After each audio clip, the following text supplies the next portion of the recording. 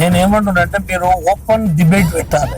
నేను మీ ద్వారా నేను ఆయనకు స్వాగతం పంపుతాను. మా దగ్గర గాంధీ బొమ్మ ఆడ 3 కుర్చీలు ఎత్తాం. జయపాల్ యాదవ్కి ఒకటి, నారాయణ రెడ్డికి ఒకటి, నాకొకటి, మొత్తం డప్పు కొట్టిస్తాం. 9వ తారీఖు నాడు ప్రచారం బంధు. మధ్యాహ్నం ఆడ టెంట్లు వేసి పబ్లిక్ ని వెళ్తాం. వాళ్ళని ఏమేమి అభివృద్ధి నిధులు తెచ్చిర్రో వాళ్ళు చెప్పాలి, మేమేం చేసినామో పబ్లిక్ లో చెప్తాం. మీరు ఇంత ఓపెన్ గా చెప్తున్నారన్న, కేంద్రం నుంచి వచ్చిన లక్షల కోట్ల నిధులని, రాష్ట్రం నుంచి వచ్చిన నిధులు కేవలం చెప్పమను, అది కూడా తెలుస్తుంది కదా. ఇప్పుడు ఒకవేళ 10 ఏళ్ళు జయపాల్ యాదవ్ ఉన్నారు, ఆయన తెచ్చిన ఆయనకైతే తెలుస్తాయి కదా. ఇప్పుడు ఈయన 2.5 ఏళ్ళు అయింది, ఈయన తెచ్చిన ఈయనకి తెలుస్తుంది కదా. 10 మందిలో విడదాం ఎవరు తెచ్చిన ఇంతకంటే ఎక్కువ ఛాలెంజ్ ఎవరు చెప్తాడు. పెట్టు 9వ తారీఖు నాడు ఓపెన్ డిబేట్ పెట్టా అంటున్నా.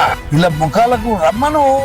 Amman Galla RDO centre, registration office, STO office, ఈ 3 చేస్తే మేము పోటీ చేయం. యునానిమస్ గా కాంగ్రెస్ పార్టీకి ఇస్తున్నాం. చేతగాని వాళ్ళు ఎందుకు సవాల్ స్వీకరించలే? ఇవాళ కూడా విడ్రా అవుతాం. అది అనౌన్స్ చేయమని ముఖ్యమంత్రి. ఇలా ముఖాలకు ఒక్కడన్నా జై తెలంగాణ అన్నారా? ఏమొస్తుంది చెప్పు. ఇప్పుడు ఆ పార్టీ లేదు, వాళ్ళదే. వాళ్ళ ఇంట్లో పంచాయతీలో బిడ్డో దిక్కు, కొడుకో దిక్కు, అల్లుడో దిక్కు, వాళ్ళు తిట్టుకొని సాపించుకొని వాళ్ళ పరిసరాలు అన్నారు. ఇలా కోటేస్తే ఏమొస్తుంది చెప్పు. ఇద్దరు రాత్రిపూట తోడు దొంగల్లాక ఇద్దరు ఒకటై ఈ రాష్ట్రంలో మేము వస్తే జైలు తోలుతాం అన్నారు. మందుగల్ బస్ స్టాండ్ కొరకు నేను పోరాటం చేసి 2 ఎకరాల భూమి ఇప్పించిన.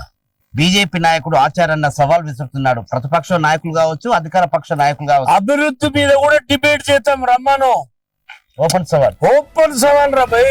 తెలియని వాళ్ళకి ఏదో చెప్పి ఆ కలవకుర్తి పోయి వీడియో తీసుకొస్తాం. ఆ మనగల కూడా వీడియో తీస్తాం. 5 రోజులు 6 రోజులు ఎన్నికలకు వెళ్ళబోతా ఉన్నారు. ఎట్లా ఉందన్న 13 బీజేపీ. ఇంకా మిగతా ఏమనుకుంటే వాళ్ళని మర్చుకోమని.